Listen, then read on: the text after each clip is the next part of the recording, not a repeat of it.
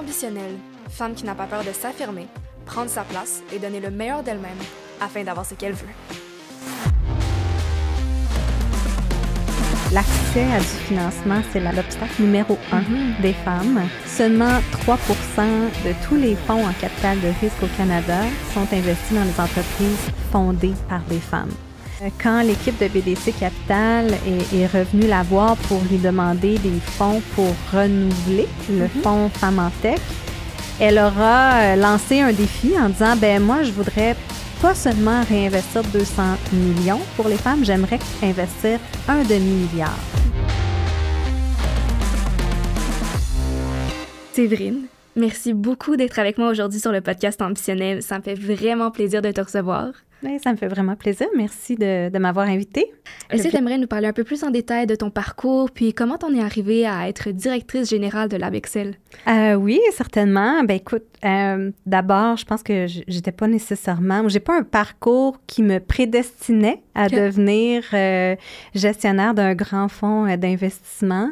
J'ai étudié en sciences politiques, en communication, j'ai fait une maîtrise en administration et je souhaitais travailler en développement international. C'était ça mon grand rêve quand j'étais à l'université.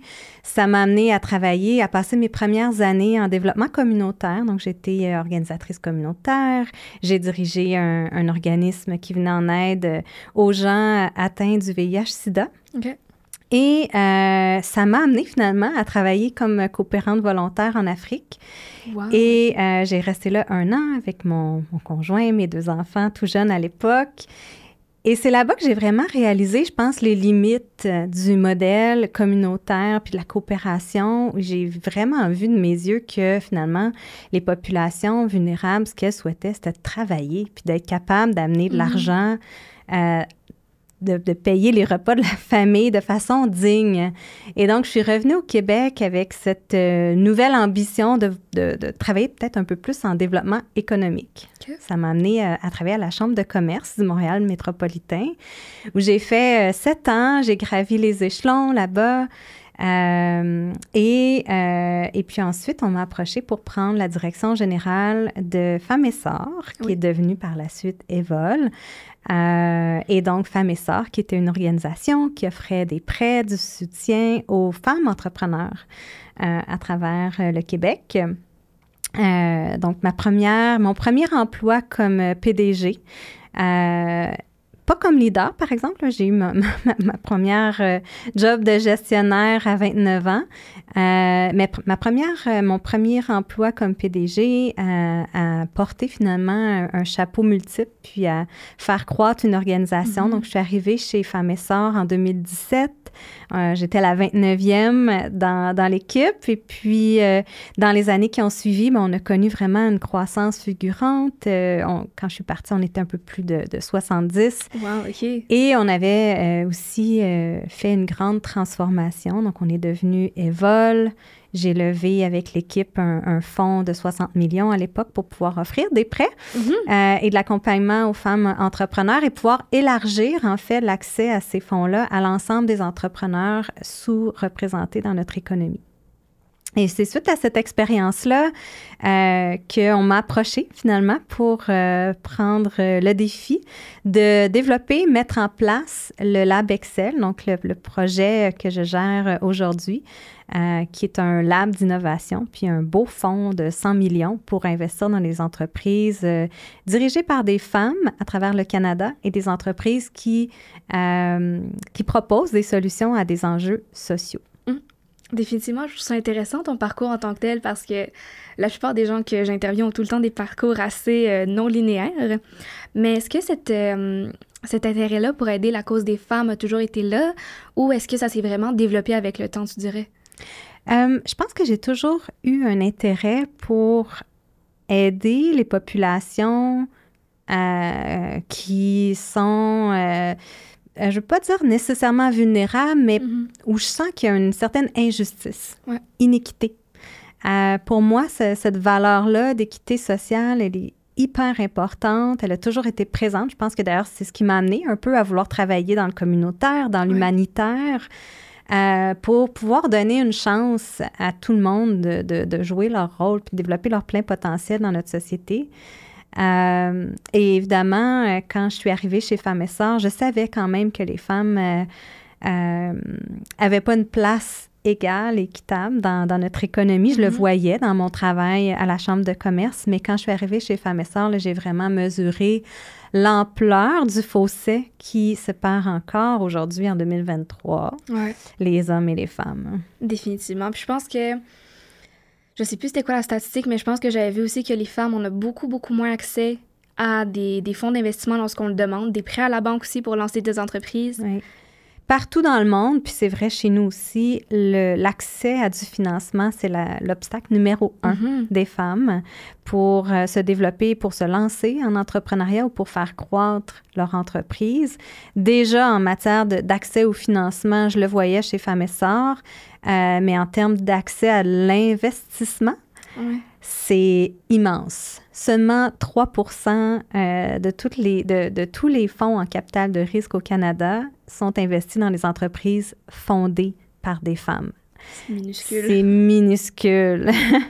Ça va changer, ceci dit. On voit de plus en plus de femmes se lancer dans les entreprises qui vont suivre un parcours en lien avec, pour aller chercher finalement de l'investissement capital de risque.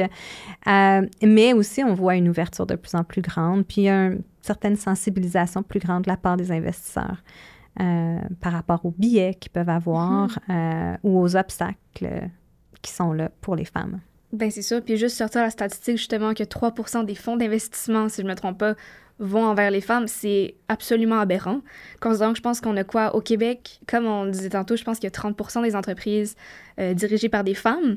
C'est peut-être pire, en fait. C'est 3 de tous les fonds disponibles en venture capital, donc en capital de risque, qui sont investis dans les entreprises qui ont été fondées à 100 par des femmes, et 17 de tous ces capitaux-là qui vont dans les entreprises cofondées par des hommes ou des femmes. Mais ça reste que quand même 80 des fonds sont investis dans les entreprises dirigées, fondées à 100 par des hommes. Donc, il y a encore un énorme fossé. Puis, effectivement, 28 des entrepreneurs au Canada sont des femmes. Puis, au Québec, c'est un petit peu plus de 30 C'est ça. Puis, moi, c'est ça, je me demandais, parce que quand j'ai entendu cette statistique-là, j'étais aberrée parce que j'étais comme, mais d'où est-ce qu'il vient ce billet et pourquoi est-ce qu'il y a autant peu de femmes? Parce que je pense pas que c'est parce qu'on le demande pas. Mais qu'est-ce qui fait en sorte qu'on a accès à moins de capital, selon toi? Bien, en fait, je pense qu'il y a plusieurs éléments de réponse. Il n'y a pas une cause, puis c'est pas clair toujours comme de l'eau de roche non plus.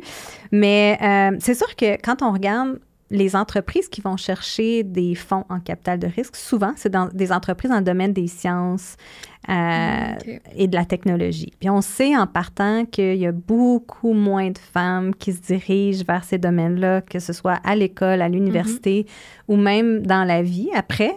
Donc déjà là, il y a une certaine barrière qui n'est pas nécessairement causée par le système, mais plus dans comment est-ce qu'on élève nos jeunes femmes, comment est-ce qu'on peut les inciter à être davantage ouvertes, disons, à des carrières dans le milieu des sciences, de la technologie.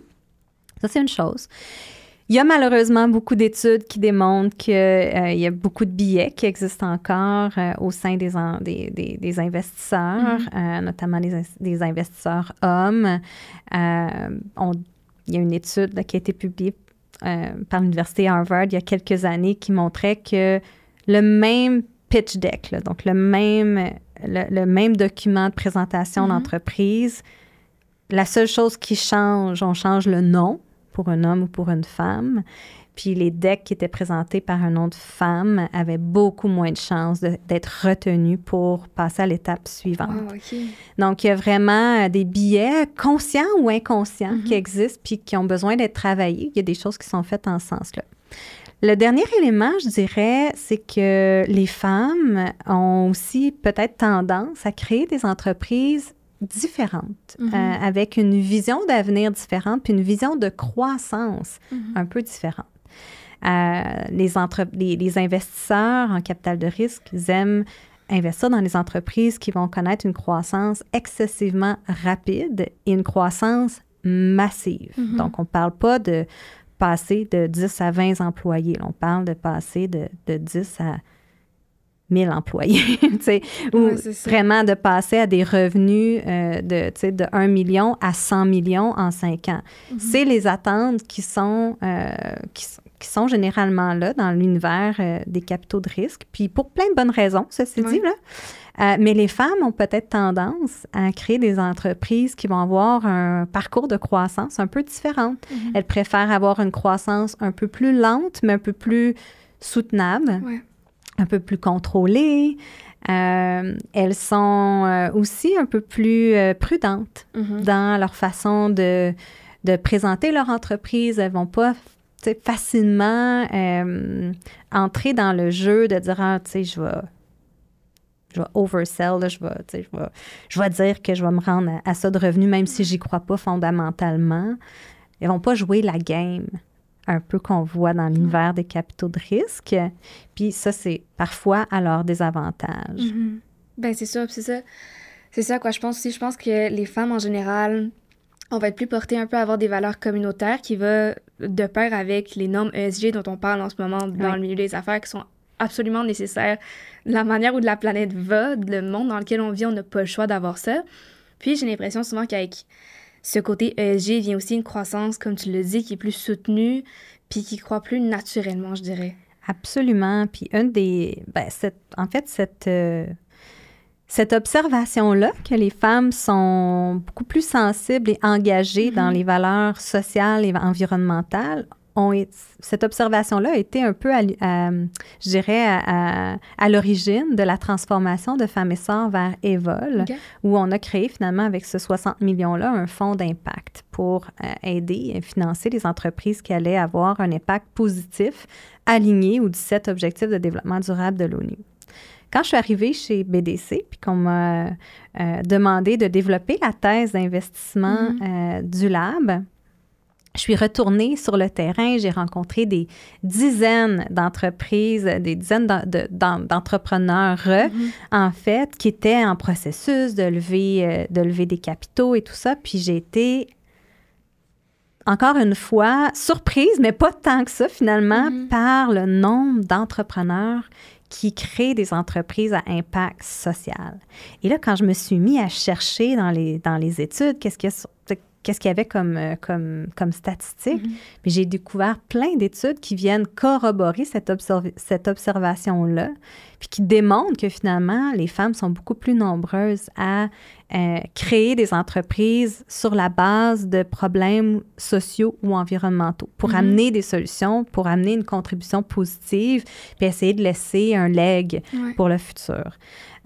Et donc, c'est sur cette base-là qu'on a décidé aussi de développer la thèse d'investissement du lab autour de cette idée d'investir dans les entreprises à impact social avec un capital patient. Donc, on ne va pas nécessairement chercher cette croissance fulgurante rapide-là. On va chercher une très forte croissance, mais plus soutenue à travers le temps pour essayer de se coller davantage à ce que les femmes font et ce qu'elles souhaitent faire.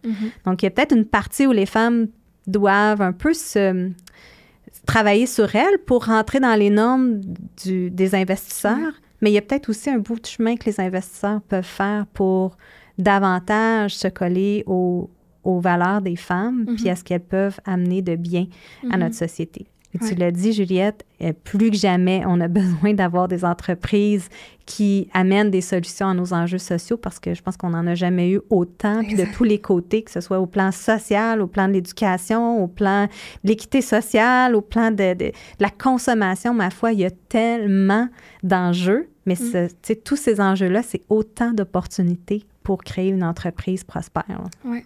Puis je trouve ça vraiment intéressant ce que tu dis aussi parce que la semaine dernière, j'étais au symposium, le 3e symposium de la féminisation du leadership. Puis, il y a une femme qui parlait justement d'aller chercher de l'investissement pour son entreprise.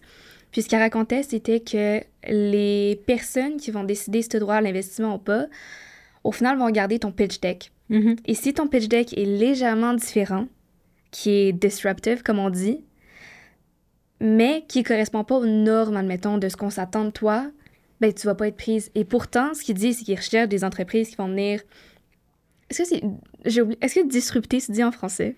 Je me pose toujours la question, moi aussi. Parce Je que sais c'est ça le pas. mot. Oui, disruptive. OK, Disruptif, je pense que oui. Ouais, des entreprises disruptives, on va dire ça comme ça.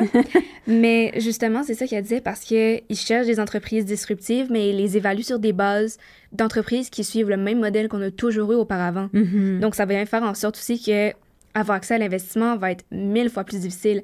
Mais si tu veux des entreprises qui vont être disruptives, tu dois aussi avoir un nouveau modèle qui vient avec ça pour les évaluer. Oui. Parce que c'est pas exactement la même chose. Ben en fait, tu sais, puis après, tout dépend de la définition que l'on donne à la disruption ou à l'innovation, dans certains cas.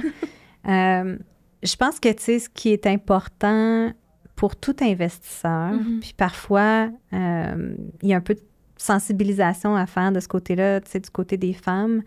Quand on investit dans une entreprise, on prend énormément de risques versus quand on fait un prêt, par exemple. Quand on fait un prêt, nous, avant, quand je travaillais chez Evol, on faisait des prêts, je le voyais. Les prêteurs, prêtent rarement à des entreprises qui n'ont pas commencé à avoir des revenus. Là, tu sais, il faut déjà qu'il y ait un revenu.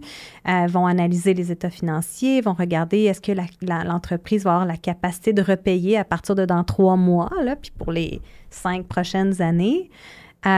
Puis souvent, il va y avoir un cautionnement qui est demandé à l'entrepreneur où on va aller prendre une garantie sur certains des équipements. Donc, si jamais l'entreprise arrête d'exister, fait banqueroute, généralement, il y a des protections qui existent pour les prêteurs pour qu'ils aient récupéré une partie de l'argent qu'ils ont mis dans l'entreprise. En investissement, puis notamment dans l'investissement dans les entreprises vraiment en démarrage, mais c'est un peu différent parce que là, en fait, l'investisseur acquiert des parts dans l'entreprise, puis ne reverra pas la couleur de cet argent-là avant que l'entreprise arrive à un événement de liquidité, donc avant que l'entreprise soit vendue ou qu'elle devienne publique. Donc, ça va prendre énormément de temps, entre 7 et 10 ans généralement, pour que l'investisseur revoie la couleur de son argent. Et si l'entreprise fait banqueroute, il n'y a aucune protection pour l'investisseur. Donc, le risque est énorme. Absolument. Alors, pour réussir à aller chercher l'investissement, un entrepreneur doit vraiment être solide dans sa capacité à démontrer que non, on est les bonnes personnes pour aller livrer cette idée-là. C'est une idée qui est justement disruptive, qui amène une solution nouvelle à des problèmes qui existent dans notre société. Il y a un marché pour ça. Donc, c'est vrai qu'il peut y avoir des biais, mais c'est vrai qu'il y a quand même certains éléments essentiels qui doivent être présentés dans les pitch decks, comme tu dis. Ben oui, puis ça a totalement du sens. Moi, en tant que telle, je suis pas une fille de finance, donc je n'étais pas exactement au courant justement de la différence entre un prêt et un investissement. Mais lorsque tu dis que lorsque certaines personnes vont investir, comme mettons des anges investisseurs, je pense, ou des fonds d'investissement ou des choses comme ça, je savais pas qu'ils n'allaient pas revoir leur argent avant que soit l'entreprise devienne publique ou qu'elle soit vendue. Donc, si elle reste privée, est-ce qu'ils font quand même des gains ou qu'est-ce qui se passe à ce niveau-là, mettons? Bien, tu sais, ce qu'on voit parfois arriver, c'est qu'à un moment donné, l'entreprise devient suffisamment mature pour que soit que les entrepreneurs en tant que tels puissent racheter leurs parts qu'ils avaient vendues momentanément à l'investisseur, ou soit qu'un investisseur plus avancé dans la chaîne, par exemple un private equity, je cherche le mot français. Capital privé? Capital de croissance, capital privé, viennent, dans le fond, investir dans l'entreprise à un moment plus tard dans le cycle de vie. Mais même ce genre d'événement-là arrive généralement après 8-9 ans, une fois que l'entreprise est rendue rentable, qu'elle a prouvé sa solidité. Donc, non, c'est ça. C'est vraiment un grand risque pour les investisseurs d'investir dans les entreprises, surtout au stade où nous, on investit, par exemple, au niveau du lab, qui est au tout début, dans les entreprises qui ont parfois pas encore de revenus. On investit sur une idée, un concept, puis une équipe. C'est comme ça qu'on prend notre décision plus que d'autres choses, parce qu'on n'a pas nécessairement un historique financier sur lequel on peut baser notre analyse. Ben oui, puis justement, au Lab Excel, comment est-ce que vous faites la décision d'investir dans une entreprise versus une autre? C'est quoi vos critères de sélection environ? Oui. Ben, il y a peut-être deux éléments à amener dans cette réponse-là. D'abord, le Lab Excel, la façon dont on fonctionne, on a décidé de créer un programme de co-investissement avec des partenaires qui sont dans l'écosystème sur le terrain. Donc, on a choisi 25 organisations qui sont généralement des incubateurs, des accélérateurs, des groupes d'anges financiers, des bureaux de gestion de patrimoine, qui sont finalement des investisseurs qui vont souvent écrire les premiers chèques d'investissement dans les entreprises qui débutent, au tout début. Eux, ils sont sur le terrain, ils voient évoluer ces entreprises-là, parfois depuis plusieurs années, surtout dans les incubateurs. Tu sais, avant d'arriver au stade de lever sa première ronde d'investissement, l'entrepreneur va souvent travailler 1 an ou 2 sur son concept. Des fois, ça prend moins de temps, des fois, ça prend ce temps-là. Et donc, au niveau du lab, on ne va investir que dans les entreprises qui nous sont recommandées par ces 25 partenaires-là, comme je dis, qui sont sur le terrain puis qui sont capables d'identifier les futurs Bumble de ce monde, tu sais. Donc, les futures entreprises qui vont justement connaître une grande croissance. Par contre, ces entreprises-là doivent effectivement répondre à nos critères d'investissement au niveau du BDC Lab. Donc, c'est quoi ces critères-là? D'abord, ça doit être une entreprise dirigée par une femme, donc généralement cofondée ou fondée par une femme. Ensuite de ça, l'entreprise doit amener une solution à un enjeu social, un problème social. Elle doit amener une solution qui est alignée avec 5 objectifs de développement durable de l'ONU qu'on a décidé auxquels on a décidé de s'intéresser plus particulièrement. Donc, on parle de tout ce qui touche la sécurité alimentaire ou la transition alimentaire, tout ce qui touche la santé, le bien-être, ce qui touche l'éducation, l'équité sociale, donc réduire les inéquités sociales, et tout ce qui touche la consommation et la production responsable. Donc, c'est 5 thématiques alignées à 5 objectifs de développement durable de l'ONU où on a observé qu'il y avait beaucoup de femmes qui étaient actives dans ces milieux-là. Et ensuite de ça, il y a d'autres critères un peu plus précis, mais je te dirais qu'en gros, c'est pas mal ce qu'on regarde. Et donc, les partenaires nous amènent des projets pour notre analyse. Nous, on va quand même opérer une certaine analyse de cette compagnie-là. On va prendre le temps de rencontrer l'entrepreneur, ses cofondateurs, cofondatrices. On va mener une certaine revue diligente de l'entreprise pour s'assurer qu'il n'y a pas un risque de fraude ou quoi que ce soit. On a quand même des fonds publics que l'on gère, donc il faut être prudent dans notre façon de faire. Et on va présenter ce dossier-là à notre propre comité d'investissement interne qui est composé de différentes personnes très expérimentées au sein de BDC Capital qui vont venir poser un deuxième regard sur le dossier puis nous challenger un peu. Notre objectif, en fait, c'est de composer un portefeuille d'investissement d'une 100aine d'entreprises. Donc, on va investir dans environ 100 entreprises à travers le Canada. Et ce qu'on souhaite, c'est d'avoir une belle variété d'entreprises, autant dans les thématiques, donc qu'il y ait vraiment des entreprises dans les 5 thématiques qu'on a nommées, mais qu'on ait aussi des entreprises de partout au Canada, pas seulement à Montréal ou à Toronto, mais qu'on en ait vraiment dans toutes les provinces du Canada, puis qu'on s'assure que cet investissement-là soit accessible aussi pour des populations qui sont souvent moins bien desservis par les investisseurs, donc que ce soit en termes régionaux, mais aussi en termes de diversité ethnoculturelle, par exemple, auprès des populations autochtones. Donc, on veut que le Lab Excel et que notre fonds de 100 millions soit accessible pour toutes les populations. Mais à la fin, on va quand même choisir les 100 entreprises que l'on juge ayant le plus fort potentiel. Puis je me demandais en fait, parce que je sais que le Lab Excel est quand même assez nouveau de cette année, si je ne me trompe pas. Oui. Je sais qu'il avait été annoncé un petit peu auparavant, mais d'où est-ce qu'elle vient, cette initiative-là de la BDC? Oui. Bon, alors, par où commencer? D'abord, BDC a toujours été très active pour aider les femmes entrepreneurs. Donc, autant du côté financement traditionnel, il y a eu plusieurs initiatives pour faciliter l'accès des femmes à des prêts.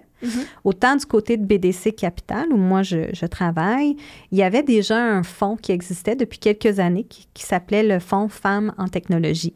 Un fonds de 200 millions.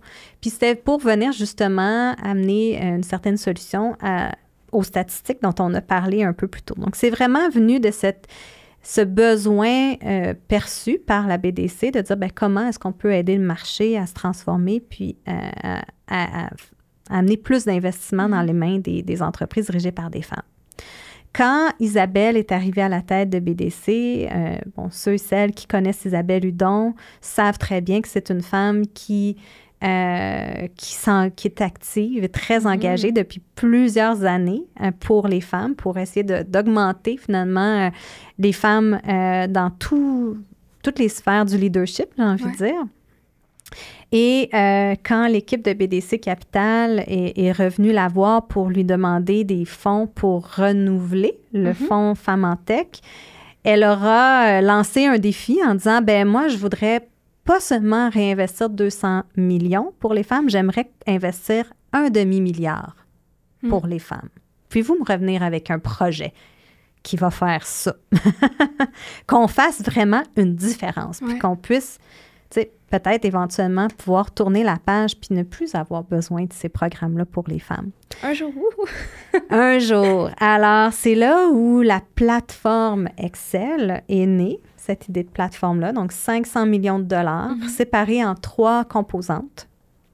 Un fonds de 100 millions de dollars, donc un fonds qui investit dans d'autres fonds d'investissement qui sont ces fonds-là eux-mêmes dirigés par des femmes, parce qu'on sait que plus il y a de femmes dans des rôles d'investisseurs, plus il y a de chances que les femmes entrepreneurs reçoivent des investissements de ces investisseurs-là.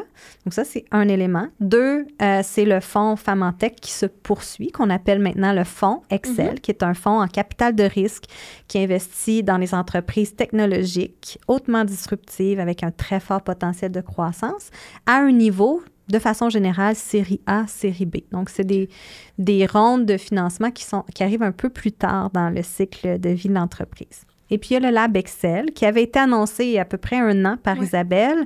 Moi, j'ai été embauchée au printemps. Pour développer, ce serait quoi exactement ce Lab Excel? On savait que ce serait un lab d'innovation. On savait qu'on voulait amener de l'investissement là où il y avait des trous encore dans le marché pour venir combler ces fossés-là. Mais il n'y avait pas... Tout était à développer. Donc, ça a été mon mandat quand je suis arrivée. C'est là où je suis justement allée sur le terrain, aller à l'écoute des femmes, aller à l'écoute des partenaires de l'écosystème pour voir sont où les besoins, comment est-ce qu'on peut construire quelque chose qui va être utile et complémentaire à ce qui se fait déjà sur le marché. Puis, tu as mentionné quelque chose que je me demandais, en fait, ça voulait dire quoi? C'est quoi série A et série B dans les entreprises? Quand on pense à une entreprise qui va avoir un parcours qui va se développer grâce à des investissements en capital de risque, on va souvent qualifier ces stades-là de développement par différents noms de séries. Donc, on appelle, par exemple, la série Pre-Seed. Oui, avant d'investir, c'est ça? Oui, Pre-Seed, en fait, c'est des compagnies qui sont vraiment à leur démarrage au tout début, puis qui vont lever généralement leur toute première ronde d'investissement. Donc, on dit seed ou pre-seed, là, que c'est vraiment au niveau du tout début. Quand elles vont grandir, qu'elles commencent à faire à faire des revenus, généralement autour de 2 millions en revenus, l'entreprise va avoir besoin de nouveaux investissements pour être capable de passer à la prochaine étape de leur expansion. C'est là où il va souvent y avoir une série A qui va être levée. Donc, c'est une ronde d'investissement où on va aller attirer des investisseurs d'un peu plus grande envergure. La série Seed, c'est généralement les anges investisseurs, les incubateurs, donc les partenaires dont je te parlais tout à l'heure, qui vont écrire des premiers chèques entre 50 000 et 500 000 généralement. Tandis que les investisseurs en série A, généralement, ça va être plus des fonds privés en capital de risque ou des fonds institutionnels comme ceux de la BDC qui vont investir des montants un peu plus élevés, parfois entre 500 000 et 2-3 millions de dollars. Et ainsi de suite. Donc, on a la série B, la série C, la série D qui va nous mener tranquillement jusqu'à la dernière série avant que l'entreprise devienne publique. Donc, ce sont vraiment des entreprises qui misent sur la totale rentabilité au moment où elles vont devenir publiques, finalement. Donc, souvent, c'est des entreprises qui ne feront pas de profit avant plusieurs années parce que l'ensemble de l'argent est réinvesti pour la croissance. Puis, au final, d'avoir un plus grand retour sur investissement que tu l'aurais eu auparavant. Exactement. OK. Ouais. Puis aussi, parlant de... Comme toi, c'est ça fait à peu près environ 1 an au printemps que tu vas être chez BDC et l'Abexel. Oui. Comment est-ce que tu t'es sentie quand on t'a approché pour ce poste-là? C'est une bonne question. C'est comme un gros projet. C'est un gros projet.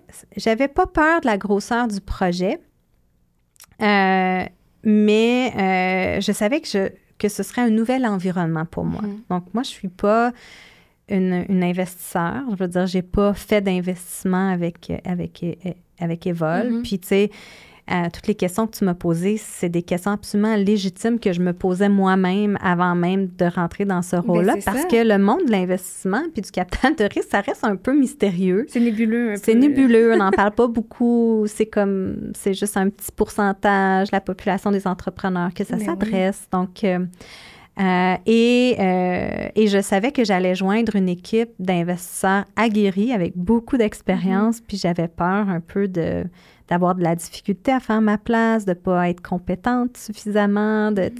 J'avais beaucoup de syndrome de l'imposteur. Ouais.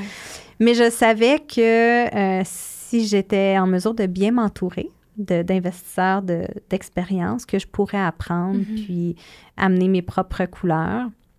Ce qui m'a interpellée de ce projet-là, parce qu'honnêtement, j'étais très bien chez Evol, j'adorais mon équipe, je les adore toujours d'ailleurs. J'avais pas prévu de partir à ce moment-là, mais ce qui m'a attirée du Lab Excel, c'est cette possibilité d'avoir un impact à l'échelle canadienne, pan-canadien, et de pouvoir vraiment me concentrer à développer des projets, des relations, des outils pour des femmes entrepreneurs partout au Canada. Ça m'inspirait beaucoup. Puis j'avais l'impression que j'avais peut-être un plus grand impact à avoir en prenant ce rôle-là qu'en continuant au sein d'Evol, où j'avais vraiment l'impression d'avoir déjà pas mal tout donné ce que j'avais en termes d'idées. Donc, ça m'a pris du temps avant de prendre la décision de faire le saut. Mais je suis très contente de l'avoir fait. C'est une super belle aventure. J'apprends énormément. C'est comme un retour à l'université. Ouais. Puis en même temps, bien, c'est un rôle très actif pour construire un nouveau projet à partir de zéro. Ça aussi, tu sais, c'est venu chercher ma fibre entrepreneuriale. Je pense que je suis une leader qui aime construire, transformer, plus qu'une leader qui aime gérer la continuité. Intrapreneur un peu alors? Intrapreneur, définitivement. Puis, honnêtement, je comprends à 100%. Puis, t'es arrivée en 2017 chez Evol, c'est ça? Oui. Fait que t'as fait à peu près 5 ans. Puis ensuite, t'es arrivée chez BDC printemps dernier, en 2023, fait que c'est à peu près ça. Oui. Mais je pense que, honnêtement, je comprends totalement le fait d'avoir eu cette insécurité-là, parce que le monde de l'investissement, là, quand t'es pas dedans, ça paraît tellement énorme et assez complexe. Parce que souvent, il y a comme... Vu qu'il n'y a pas beaucoup de monde dans cet univers-là, si je peux dire, lorsque t'es pas dedans, t'as comme peur de rentrer. Puis, en tant que tel, t'as pas étudié en finance directement, t'as fait sciences politiques, c'est ça? Oui. À l'université. Communication. Puis et administration, oui. C'est ça. Puis, le fait que tu sois rentré là-dedans, honnêtement, j'admire ça à 100% d'avoir voulu relever le défi, et je pense qu'on peut dire que tu l'as relevé haut la main en ce moment avec les 25 partenaires du Lab Excel qu'on a en ce moment. Puis, tu as touché un sujet que j'aime beaucoup, beaucoup discuter, qui est le syndrome de l'imposteur, que je pense que la majorité... il y a beaucoup, beaucoup de personnes qui le vivent. Je pense que c'est normal de le vivre dans la vie, mais je pense aussi qu'il y a une raison pour laquelle les femmes l'ont plus en général. Puis, je voulais savoir, en fait, comment est-ce que toi, t'as fait pour un peu passer au travers? Parce que ce que je me dis des fois, c'est... Est-ce que l'apprentissage et aller chercher des nouvelles connaissances ont un peu aidé à passer par-dessus ça? Oui, définitivement. Tu sais, je suis arrivée à BDC, puis une des premières choses que j'ai demandé, je peux-tu aller suivre un crash course, là? Tu sais, je veux tout apprendre de l'investissement. Donc, dites-moi, c'est quoi vos meilleurs livres? C'est quoi les meilleures formations? Est-ce que je peux m'inscrire là, tout de suite ce soir? Ouais. Et je suis comme retournée aux études aussi là, dans les premières semaines. Mais je pense que, tu sais, de façon plus générale dans la vie, c'est pas la première fois là, que j'ai eu un syndrome de l'imposteur. Je pense qu'à toutes les fois où j'ai changé d'emploi, où j'ai accepté un nouveau défi, ça a commencé avec un certain syndrome de l'imposteur. Mais il y a quelqu'un qui m'a déjà dit, puis ça m'a toujours resté, si une personne voit en toi la capacité de prendre ce défi-là, c'est probablement que tu es capable de le faire. Donc, écoute cette personne-là plus que ta propre petite voix qui te fait peur, de un. De deux, c'est de s'entourer de gens de confiance qui l'ont vécu avant soi, puis qui peuvent nous encourager, nous guider aussi. Puis je trouve que c'est un conseil qui est valable pour les entrepreneurs aussi qui se lancent en affaires. Entourez-vous, tu sais, de gens qui ont passé par là puis qui ont réussi, qui ont connu le succès. Je pense que c'est les meilleures personnes qui peuvent nous guider puis nous encourager. Donc, d'avoir des bons mentors. J'en ai eu énormément tout au long de ma carrière. Énormément, non, mais j'ai eu plusieurs très bons mentors qui sont souvent apparus au bon moment dans l'évolution de ma carrière puis qui m'ont aidé à prendre à te pousser un peu. À pousser plus loin, puis à dépasser certaines limites que je pouvais me mettre moi-même. Oui, définitivement. Je trouve ça intéressant parce que moi, au début... En fait, la raison pour laquelle j'ai commencé le podcast, comme je le dis dans beaucoup d'épisodes, c'est qu'à la base, moi, ce qui me passionne, c'est le développement personnel. Donc, tout ce qui est pour un peu changer la manière dont tu es aujourd'hui, vraiment te pousser à donner le meilleur de toi-même pour ensuite atteindre ton plein potentiel. Moi, c'est ça qui me passionne. Puis je veux dire, je pense que j'ai commencé quand j'étais assez jeune, probablement que j'ai commencé à m'intéresser sans trop le savoir au secondaire. Puis je pense qu'en 2020, ça s'est vraiment plus concrétisé. Puis c'est pour ça que maintenant, justement, je veux offrir du coaching aux femmes par rapport à leur confiance en soi. Puis comment passer d'un point où est-ce que tu es un peu perdu, tu sais pas trop où est-ce que tu t'en vas, à connaître tes passions, savoir ton but, puis aussi être capable d'avoir cette confiance en toi pour aller chercher ce courage-là de prendre action. Donc, moi, auparavant, j'ai pris une coach pour m'aider à ça parce que j'avais très peu confiance en moi. Puis, quand j'ai commencé à lui parler, elle a vu mon potentiel puis elle m'a dit « Ta seule limite, honnêtement, c'est toi-même. Genre, moi, je sais exactement de quoi tu es capable, mais tu es la seule personne, au final, qui va pouvoir faire quoi que ce soit pour le réussir. Parce que moi, je le vois. Maintenant, il faut que toi, tu y crois. » C'est ça que je veux faire aussi par rapport au podcast en offrant des témoignages comme ça, parce que ça permet de voir qu'au final, on a toute une perspective qui est différente, mais qui se rejoint un peu partout. Puis, tu as parlé justement de tes mentors que tu as eus, puis qui sont un peu venus au bon moment lors de ta carrière. Mais est-ce que si tu peux nous les nommer, sinon nous partager quelle différence ça a fait d'avoir des mentors au fil de ton parcours? Oui. J'en ai eu quelques-uns vraiment marquants. Le premier qui me vient en tête, c'est Michel Leblanc, le président de la Chambre de commerce, qui est encore président aujourd'hui. Qui m'a donné une chance, vraiment. Tu sais, moi, j'arrivais, ça faisait 10 ans, je travaillais dans le milieu social, communautaire, humanitaire. J'avais pas du tout, tu sais, si on avait seulement regardé mon curriculum vitae, je pense pas que j'aurais nécessairement eu le premier emploi que j'ai eu au niveau de la Chambre de commerce. J'ai eu la chance de développer des relations précieuses à l'université, puis c'est ces relations-là qui m'ont ouvert la porte puis qui m'ont amené à rencontrer Michel, mais ça reste que Michel a été un des premiers à me dire « Non, moi, je vois en toi un potentiel dans le milieu des affaires, puis je vais t'offrir un rôle, puis je vais te faire grandir. » Puis les 6 années et plus que j'ai passées à la Chambre, j'ai été mise au défi constamment, des bons défis. Combien de fois Michel voyait ma capacité à relever ce défi-là avant même que moi, je puisse imaginer pouvoir le faire. Et ça, c'est vraiment précieux. J'ai énormément appris. Puis, ça m'a vraiment permis de me propulser puis d'envisager des carrières que j'aurais pas pu envisager autrement. Quand je suis arrivée chez Femmes et Sœurs, ça a été quand même difficile au début. Quand je suis arrivée chez Femmes et Sœurs, je suis arrivée dans une organisation qui venait de vivre un certain traumatisme, qui venait de vivre une grosse réorganisation, la fusion entre 18 organisations différentes. Il y avait des grosses pressions politiques, des conflits internes. Et j'avais parfois peur de ne pas avoir ce qu'il faut, tu sais, pour être la bonne PDG pour faire ça. Ben, j'ai eu, à un moment donné, une rencontre vraiment marquante avec Danielle Henkel. Ben oui, ben oui. Dans un contexte tout autre, mais Danielle est devenue une proche collaboratrice avec le temps. Puis c'est devenu pour moi vraiment une mentor, puis je dirais même une amie à travers le temps, mais quelqu'un qui voyait constamment en moi ce que moi, je ne voyais pas de moi-même dans ma capacité à relever certains défis. Puis j'attribue, tu sais, une grande partie de mon propre succès à avoir piloté un peu avec les équipes, tu sais, la transformation de notre organisation puis la grande croissance qu'on a eue grâce à des encouragements de personnes comme elle autour de moi. Puis il y en a eu d'autres aussi là, au sein des vols et de Femmes et Sœurs. Puis tu sais, même chose chez BDC, même si j'ai passé tout le processus là, important pour être recrutée chez BDC, chaque fois que j'ai un doute, on dirait qu'Isabelle Hudon apparaît comme par magie puis me rappelle pourquoi BDC Capital a choisi une personne comme moi qui n'avait pas nécessairement ce background-là en investissement pour justement développer un projet différent.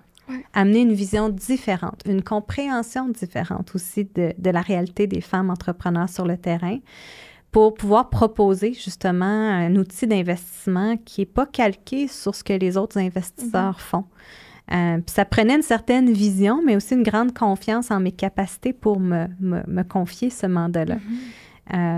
Donc, c'est ça. Encore une fois, tu sais, des personnes qui ont su elles-mêmes aller au-delà de leurs propres limites qui m'amènent à me dépasser moi-même aujourd'hui. Donc, je suis vraiment remplie de gratitude pour toutes ces personnes-là qui m'ont accompagnée puis qui m'ont aidée à m'élever. C'est ça, puis je trouve ça, ça me fait penser parce que justement, tu disais que tu avais un peu peur au début que BDC, tu n'avais aucun background en investissement, mais ils te voulaient pour le poste quand même. Puis je pense que dans la vie, la chose la plus importante, c'est dans une équipe, surtout dans le monde des affaires, savoir s'entourer de gens qui vont avoir une perception différente de la tienne et qui ont différents backgrounds. Parce que c'est là qu'on va trouver la richesse, la diversité d'opinions, la diversité d'idées et qui va faire en sorte que, admettons, une entreprise va perdurer dans le temps ou qui va se planter parce que tout le monde est trop pareil puis qu'ils ont eu des angles morts qu'ils voyaient pas. Effectivement. Donc, je trouve ça super pertinent qu'ils t'aient embauché, clairement. Ils ont fait le bon choix parce que ça va très, très bien avec Excel. Oui, on est encore au début, là. Mais je voudrais pas crier au succès trop vite. Mais à date, ça va bien. Non, ça va très bien à date, oui. Puis, parlons des femmes entrepreneurs, en fait, vu que tu as fait plusieurs recherches, plusieurs études par rapport à l'investissement. Qu'est-ce que... Si, admettons, on veut aider plus de femmes à aller chercher de l'investissement, est-ce qu'il y aurait des choses qu'elles devraient savoir ou des trucs à leur donner, à partager, quoi que ce soit? Oui, il y en a plusieurs. Le plus important, c'est de bien comprendre la différence entre le financement traditionnel par voie de prêt, le financement par voie de subvention. Avec le gouvernement. Avec le gouvernement, par exemple, et l'investissement. Parfois, il y a des femmes qui viennent nous voir, pensent qu'on fait des subventions ou ils pensent qu'on fait du prêt. C'est important de savoir c'est quoi la différence entre ces trois formes d'apport en capital-là, puis qu'est-ce qu'on veut aller chercher comme entreprise. Même si ça peut être glamour d'aller chercher des investissements en capital de risque, c'est pas fait pour tout le monde. C'est pas de rendre service parfois que d'investir dans une entreprise où il n'y a pas nécessairement ce désir-là de croître à tout prix ou de croître, tu sais, à l'international. C'est pas fait pour tout le monde. Il y a des entrepreneurs qui veulent construire des entreprises solides, rentables, créer de l'emploi au Québec, léguer une entreprise familiale, tu sais, qui va rapporter des millions de dollars probablement, mais qui n'est pas du tout adaptée à un parcours en investissement. Donc ça, c'est super important de bien comprendre la différence et de bien comprendre qu'est-ce qu'un investisseur recherche. Un investisseur en capital de risque, par exemple, qu'est-ce qu'il recherche? Et ça, il y a différentes formations qui se donnent sur Internet. Il y en a une que moi, j'ai suivie en arrivant, que j'ai adorée, qui est donnée par Class Rebels. C'est en anglais, par contre. J'en ai parlé d'ailleurs de faire une version en français, mais c'est quelque chose qu'on va regarder justement avec nos partenaires, là, comment on peut peut-être amener un peu plus de formation auprès des femmes entrepreneurs francophones sur c'est quoi de l'investissement, comment ça fonctionne, qu'est-ce que les investisseurs recherchent exactement. Puis c'est important de bien comprendre ça pour être capable, après ça, d'aller se présenter aux investisseurs puis augmenter nos chances de se faire dire oui de cette façon-là.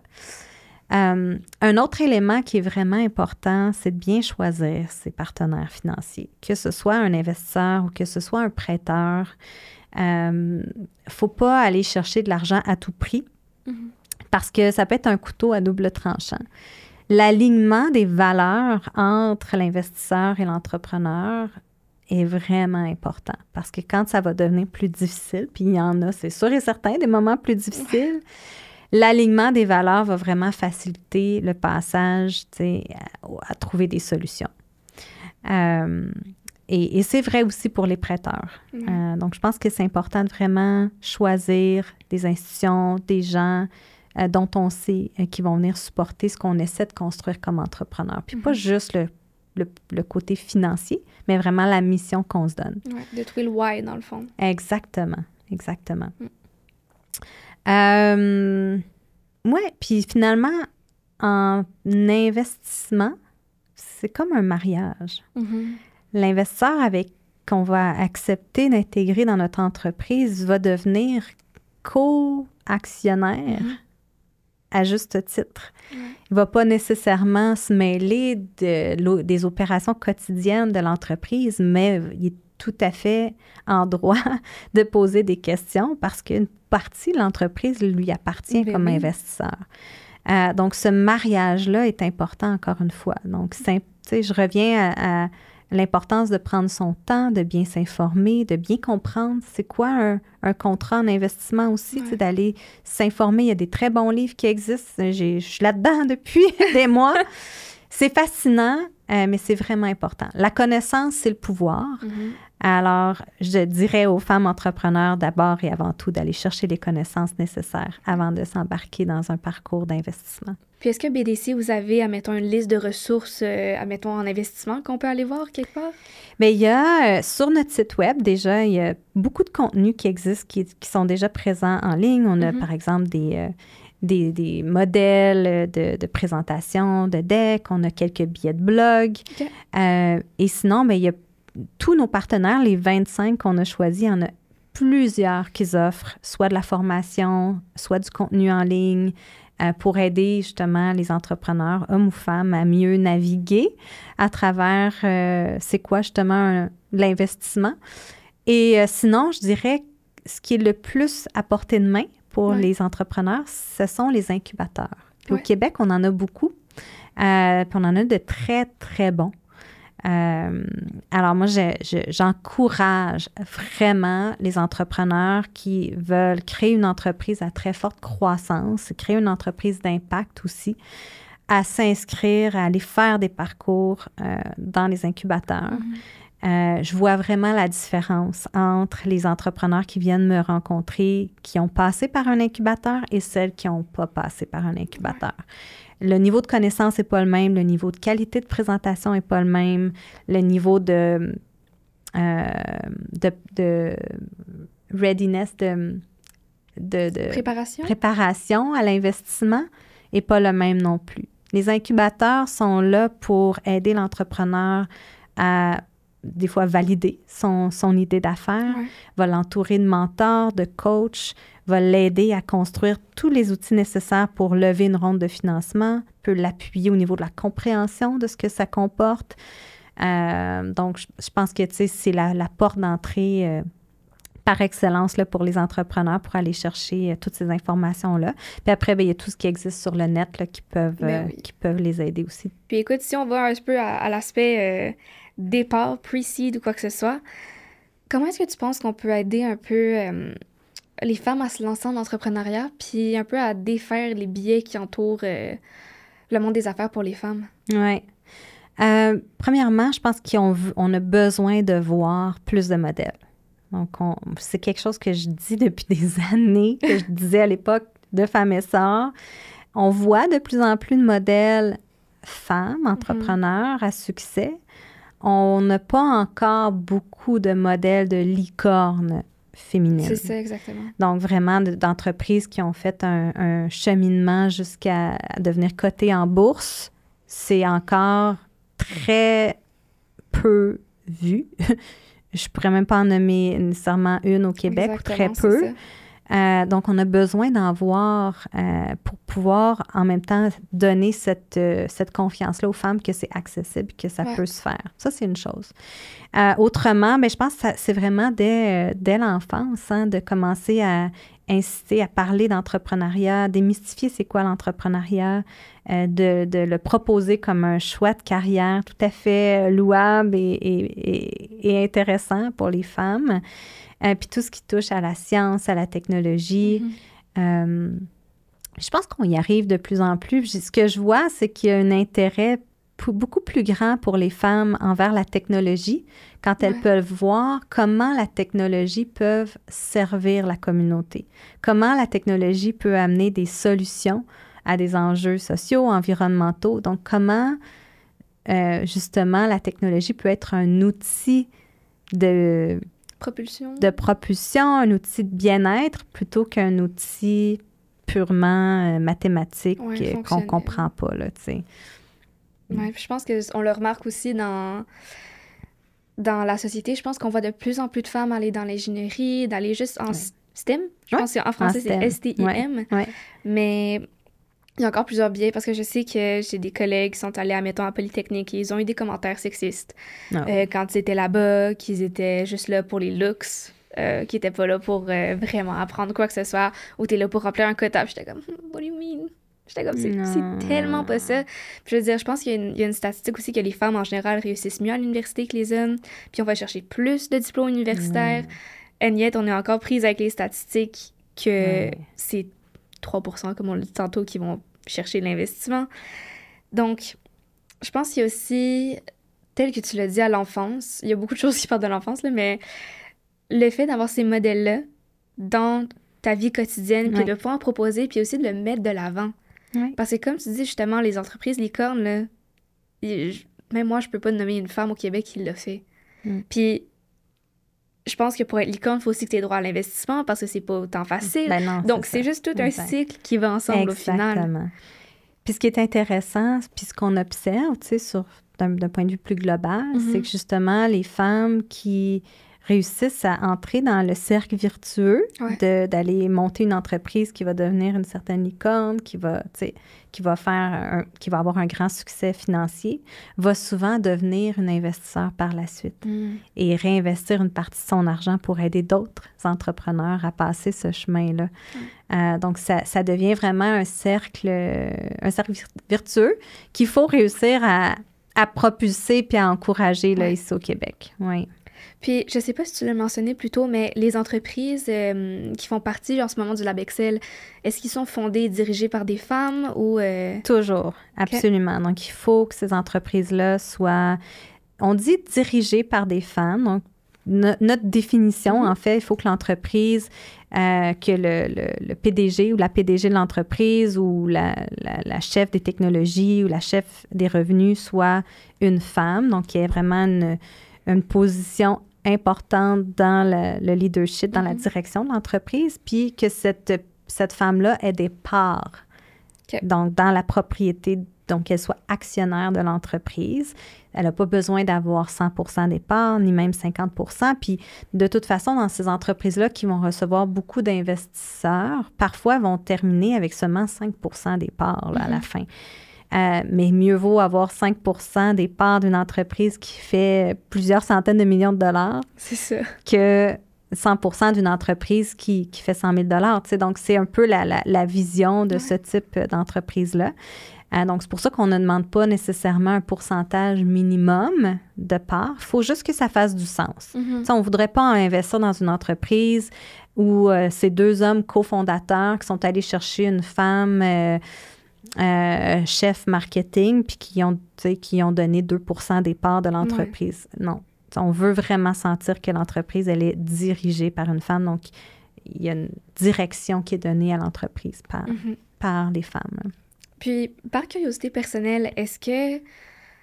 Je ne sais pas s'il y a une statistique qui est mentionnée quelque part, là, mais les femmes investisseurs, est-ce qu'on sait combien il y en a au Canada en termes de statistiques? C'est une bonne question. Faudrait que je te revienne avec la réponse là-dessus. Mais c'est Ah oui, en fait, c'est pas vrai, je l'ai la réponse. C'est autour de 17% des investisseurs qui sont des femmes. Je suis pas certaine si c'est des GP, là, des General Partners, dans le fond, qui ont un rôle de leadership stratégique dans les fonds d'investissement. Mais c'est environ 17%, là, si je me souviens bien. Ben, c'est quand même à être reconfirmé. Oui. Mais 17%, c'est ça. Je pense que ça a du sens avec tous les chiffres qu'on a nommés auparavant. Oui. Puis, est-ce que tu vois le potentiel de croissance dans ce chiffre-là dans les prochaines années? Définitivement. Tu l'as mentionné, les femmes réussissent très bien à l'université, sont de plus en plus nombreuses à sortir des bancs d'école avec des maîtrises en finance, avec un désir de travailler aussi dans ce milieu-là. Je suis entourée chez BDC Capital de jeunes femmes fraîchement sorties de l'université, hyper brillantes, hyper compétentes, qui veulent faire carrière en investissement. C'est une très belle carrière, d'ailleurs, parce honnêtement, on est choyés. Là, on passe nos journées à côtoyer des entrepreneurs super inspirants qui changent le monde. Donc, c'est vraiment un privilège de pouvoir faire cette profession-là. Et plus il va y avoir d'entrepreneurs aussi qui rentrent dans ce cycle-là, donc de réussite, plus il va y avoir aussi d'investisseurs. Puis on le regarde juste au niveau des anges financiers, puis ça vaudrait la peine que je cherche, parce que je sais que la statistique existe, mais le nombre de femmes anges financiers est vraiment en hausse. Nice. Hausse importante. Donc ça, c'est des individus qui investissent leur propre argent dans les entrepreneurs, dans les entreprises au tout début, là. Donc, c'est encore plus risqué. C'est ça. Donc, la différence entre ange investisseur et fonds d'investissement, c'est que le fonds d'investissement va être backé, admettons, par une entreprise. Exact. Et les anges sont vraiment leur personne à eux qui mettent leur propre argent dans les mains des entrepreneurs. Tu as tout compris. Okay. Donc, les investisseurs qui travaillent dans un fonds VC, ils gèrent des fonds et de l'argent qui leur appartiennent pas. Donc, ils gèrent des fonds qui appartiennent à d'autres investisseurs, souvent des grands fonds de pension ou des grandes banques qui investissent dans des fonds en capital de risque. Les anges investissent leur propre argent. Je comprends. Puis BDC en tant que tel, vous êtes un fonds d'investissement. BDC Capital gère des fonds d'investissement. C'est sûr que notre modèle est un peu différent parce qu'on est une organisation de la couronne. Donc, on relève du gouvernement fédéral. Et donc, on a été capitalisé à travers le temps par le gouvernement fédéral. Donc, on n'a pas des investisseurs externes qui viennent investir dans nos fonds, mais on a quand même un important devoir de fiduciaire où on va gérer de l'argent qui ultimement provient de nos coffres communs. Donc, on a l'obligation de s'assurer d'avoir un rendement positif sur ces fonds-là. Bien, c'est sûr. Puis ça vient amener aussi une autre dimension, en fait, à l'investissement parce que c'est pas juste l'entreprise, c'est tellement plus large. Puis justement, vous êtes de la couronne, c'est ça? Oui. Exactement, c'est ça. Fait que je pense que ça vient aussi amener aussi une légitimité dans la manière dont vous allez aussi regarder les entreprises parce que vous avez toutes ces personnes-là derrière vous qui doivent faire en sorte que c'est mieux de fonctionner. Donc, oui, de façon générale, les fonds institutionnels qu'on appelle, donc des fonds comme BDC ou Investissement Québec au Québec, par exemple, c'est parfois plus compliqué d'y avoir accès quand on est un entrepreneur ou on peut avoir la perception que c'est plus compliqué parce que on est très... je ne veux pas dire qu'on est averse au risque parce qu'honnêtement, BDC Capital prend quand même beaucoup de risques, mais on est très prudent. Dans la gestion des fonds qui nous sont octroyés, puis avec raison aussi. Absolument. Donc, ça nous amène à mettre en place des processus plus rigoureux, plus sophistiqués pour analyser les entreprises dans lesquelles on investit. Mais ce que ça fait effectivement en échange, c'est quand BDC embarque dans un investissement, bien, souvent, on réussit à l'attirer d'autres joueurs du privé aussi autour de cette entreprise-là.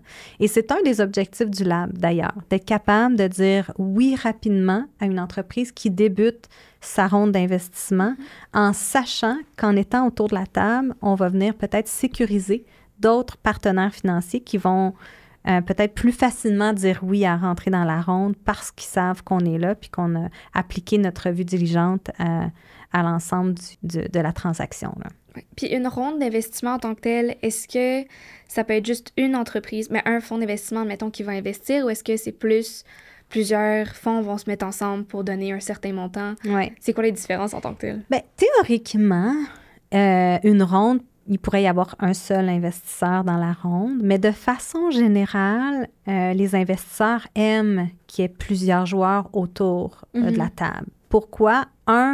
On vient diminuer un peu le risque qu'on prend, hein? Donc on n'est pas les seuls à mettre nos œufs dans le panier. Mais deux, le rôle d'un investisseur, c'est pas juste d'investir de l'argent. C'est aussi d'investir du temps, de la compétence, de l'expertise. Et une entrepreneur, par exemple, quand je pense à Aura Médical, est allée chercher différents investisseurs qui chacun apporte une expertise ou un réseau différent.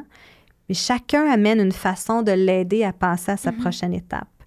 Donc ça, c'est important aussi de penser à qu'est-ce qu'on a besoin d'aller chercher comme investisseur, pas seulement en termes de capital, pas seulement en termes d'alignement des valeurs, comme je mentionnais plus tôt, mais aussi en termes de compétences, d'expertise.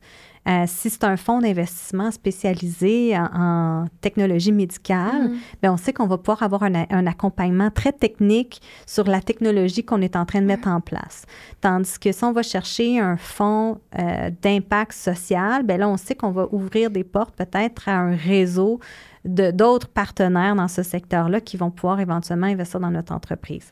Ou, etc. Il y a toutes sortes de façons de qualifier des investisseurs, mais tout ça pour dire que une belle ronde d'investissement, c'est une ronde où il y a généralement 4, 5 investisseurs différents, chacun avec un engagement à la fois financier, mais aussi au plan de l'accompagnement technique. Ouais. Ben, je pense que le concept numéro 1 en finance, même quand j'ai appris mes cours, je sais, c'était la diversification. Donc, la chose la plus importante, ne jamais mettre ses œufs dans le même panier en général. Donc, je trouve que ça a totalement du sens aussi, ce que tu dis par rapport à vouloir avoir plusieurs investisseurs qui vont venir à leur tour amener plusieurs aspects à l'entreprise. Exact. Puis, je regarde le temps qui pile, puis vers la fin de l'entrevue, j'aimerais ça qu'on parle un peu de toi. Puis, est-ce que tu dirais que ta mission personnelle rejoint ta mission professionnelle, ou est-ce que ce sont deux missions distinctes? Sont totalement alignées. Depuis pas mal toujours, je te dirais. Je me trouve vraiment chanceuse d'avoir toujours été en mesure de trouver des emplois, des défis professionnels qui nourrissaient mes passions puis mes valeurs. J'ai toujours eu ce désir-là, je pense, comme je le mentionnais plus tôt, de contribuer à la création d'un monde un peu plus juste, un peu plus équitable. Puis dans les dernières années, ça s'est encore plus raffiné, tu sais, en voyant l'état justement de la planète. Je me suis promis de consacrer tout le temps possible que j'ai sur cette terre-là pour essayer d'amener une contribution, d'améliorer les choses. Je pourrais pas changer le monde, hein? Je sais pas, tu sais, mais je veux pouvoir regarder mes enfants dans les yeux quand je vais être vieille et dire « j'ai essayé, j'ai au moins, tu sais, tenter d'améliorer certaines choses pour l'avenir de cette planète-là. » Puis ça, c'est aligné avec tous les jobs que j'ai eus, avec différents choix que je fais dans ma vie aussi. J'essaie toujours d'avoir cet alignement de valeurs-là qui fait en sorte que je me lève le matin, puis il y a un sens à ma vie. Je sais pourquoi je me lève, je sais ce que je vais accomplir. Puis quand c'est difficile, mais je me rappelle pourquoi je fais ça. C'est un why qui est très fort, alors, puis c'est bien en tant que tel qu'il puisse juste merger dans ta vie professionnelle et ta vie personnelle. Parce que je pense que des fois aussi, les gens oublient leur pourquoi. C'est là que ça devient plus difficile à se lever le matin. Tu sais pas trop où est-ce que tu t'en vas, tu sais pas pourquoi tu fais telle chose. Mais avoir un pourquoi qui est tellement fort, puis qui est tellement plus grand que soi-même aussi, je pense. Vraiment. Parce que si ton pourquoi vient juste par rapport à toi, tu risques d'avoir de la difficulté à à le soutenir dans le temps. C'est ça que j'ai remarqué. Puis moi, il y a un exercice que j'aime beaucoup, là, que je sais pas si tu en as déjà entendu parler, mais c'est les 7 why. Les 7 pourquoi. Je pense que c'est par Simon Sinek, si je me trompe pas. Oui, ça ferait du sens, start with why. C'est ça. Puis je pense qu'admettons, tu pars avec ton why principal qui, admettons, je sais pas moi, je veux m'entraîner 5 fois par semaine. T'es comme, OK, cool, c'est bien. C'est bien que tu veux faire ça. Pourquoi? Puis tu poses cette question-là 7 fois. à chaque réponse, tu vas venir pourquoi est-ce que tu veux que telle réponse arrive, admettons. Puis à partir de comme 5 à 7 couches, tu vas avoir une raison qui est vraiment plus profonde et qui est beaucoup plus large que juste je veux commencer à m'entraîner, tu sais. Des fois, ça peut être parce que tu vas avoir un impact puis tu vas avoir l'énergie d'aller amener un impact positif sur le reste du monde. Ça peut être parce que tu veux vivre plus en santé plus longtemps pour tes enfants puis voir qu'est-ce que ça donne. Donc, je pense que c'est vraiment important en termes d'accomplissement de ses buts, de savoir pourquoi est-ce qu'on fait quelque chose, mais au-delà de la surface. Puis ça, je pense que tu es venu toucher un point avec, justement, laisser un impact positif puis pouvoir regarder tes enfants dans les yeux en disant « j'ai essayé ». C'est sûr, je pense que, même en général, je pense que c'est rare une personne qui va dire tout seul « je peux changer le monde ». Parce que c'est la somme de toutes les personnes qui font leurs petites actions qui, au final, vont créer un tout qui est tellement plus grand que juste une personne qui va être toute seule. Mais, tu sais, de vouloir travailler là-dedans, faire en sorte qu'on va s'entourer, on va rencontrer des gens qui ont un peu cette même vision-là. Puis ça devient aussi un cercle vertueux où on sent qu'on est entouré de gens qui sont alignés aussi. Je veux dire, encore une fois, c'est pour ça que je fais le podcast, là, comme rencontrer des gens comme toi, comme toutes mes invités auparavant. Il y a tellement de choses qu'on peut amener à cette société, à la planète, puis qu'en échangeant les unes les autres, puis en partageant les idées aussi, c'est là qu'on peut aussi amorcer un mouvement, je pense, qui va venir déclencher quelque chose chez quelqu'un parce que quelqu'un a dit une petite chose qui a allumé un spark. Donc, je trouve ça vraiment pertinent comme conversation à avoir de nos jours. Puis, comme dernière question que je pose à toutes mes invités, ma dernière question est: qu'est-ce qui te rend fière d'être femme? Qu'est-ce qui me rend fière d'être femme? Il y a un concept auquel je crois beaucoup, qui est la féminisation du leadership, justement, puis qui invite à revoir le leadership avec des valeurs un peu plus féminines, qu'on dit. Et c'est pas parce qu'on est un homme qu'on n'a pas nécessairement de valeurs féminines. Donc, c'est pas tant pour moi d'être qu'est-ce qui me rend fière d'être une femme, mais plutôt qu'est-ce qui me rend fière de faire ce que je fais avec les valeurs que j'ai. Puis je pense que, tu sais, les valeurs qui me guident au quotidien sont des valeurs alignées à ce qu'on, généralement, on qualifie de féminines.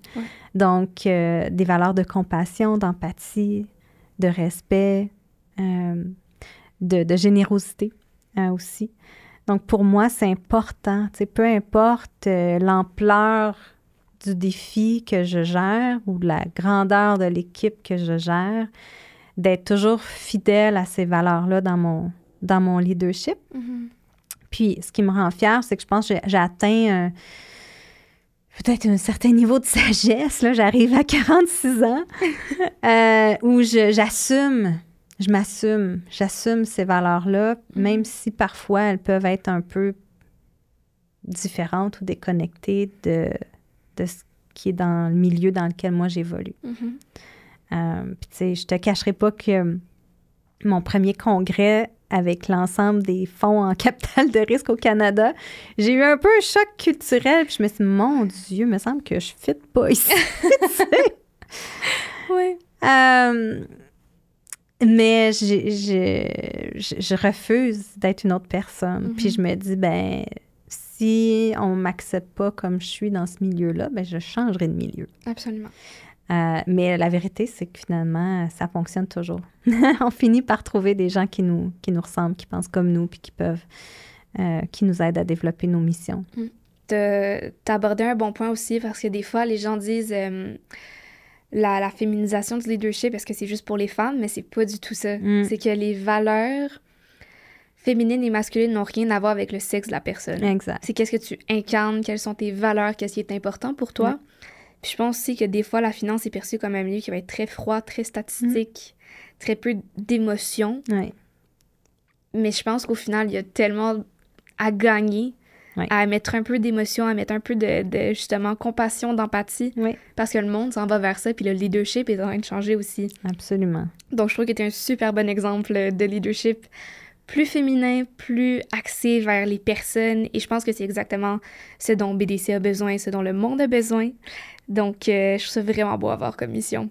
Puis, ça a totalement de sens. Puis je pense que tu es la première personne qui a répondu quelque chose qui est plus global aux valeurs que plutôt quelque chose qui est féminin. Donc, j'ai trouvé ça super intéressant comme réponse. Je me lève pas le matin en me disant « je suis une femme » ou « je suis un homme ». Ouais. Tu sais, on dirait que...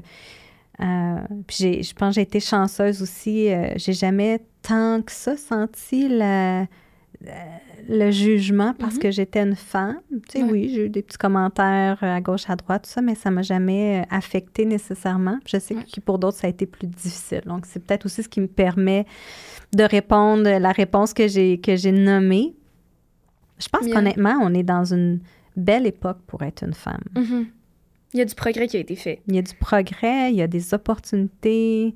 Je pense que les femmes qui veulent faire leur place, qui ont envie de jouer un rôle de leader, qui ont envie d'être entrepreneurs, il n'y a jamais eu autant de soutien que présentement. Fait que c'est le bon moment pour le faire. C'est vrai. Ce sera peut-être pas facile, mais c'est définitivement un bon moment, considérant que je pense qu'on en disait tantôt, justement, dans les années 70, on n'avait pas notre compte bancaire, puis le droit de voter, on l'a eu il n'y a pas si longtemps non plus. Donc, c'est vrai qu'on vit dans une époque où il y a beaucoup de progrès qui ont été faits pour les femmes. Il y en a encore à faire, c'est sûr, mais effectivement, on a droit à beaucoup plus d'investissements qu'on aurait pu auparavant. C'est ça aussi qui rend ça intéressant. Le fait qu'on a encore tellement de choses à créer et à changer. Donc, on vit dans une époque qui est très, très intéressante pour ça. C'est une époque qui est remplie de défis, mais qui est excitante parce qu'on peut justement contribuer à amener des solutions à ces défis-là. Puis je pense que moi, en tout cas, au quotidien, je rencontre tous les jours plusieurs personnes qui sont engagées à amener des solutions à ce qu'on vit présentement. Puis ça, ben c'est porteur d'espoir. Là, pour moi, au lieu de me lever à tous les matins en me disant « Mon Dieu Seigneur, où est-ce qu'on s'en va comme planète, la guerre, les changements climatiques, mon Dieu Seigneur, non, tu sais, je suis entourée de gens positifs qui veulent amener des solutions. Puis ça, c'est aussi vraiment le fun de pouvoir travailler dans un milieu comme ça. Là. Ben c'est ça. Puis le pouvoir de les mettre de l'avant aussi. Parce que c'est ça qu'on a besoin, de voir que c'est possible. T'sais.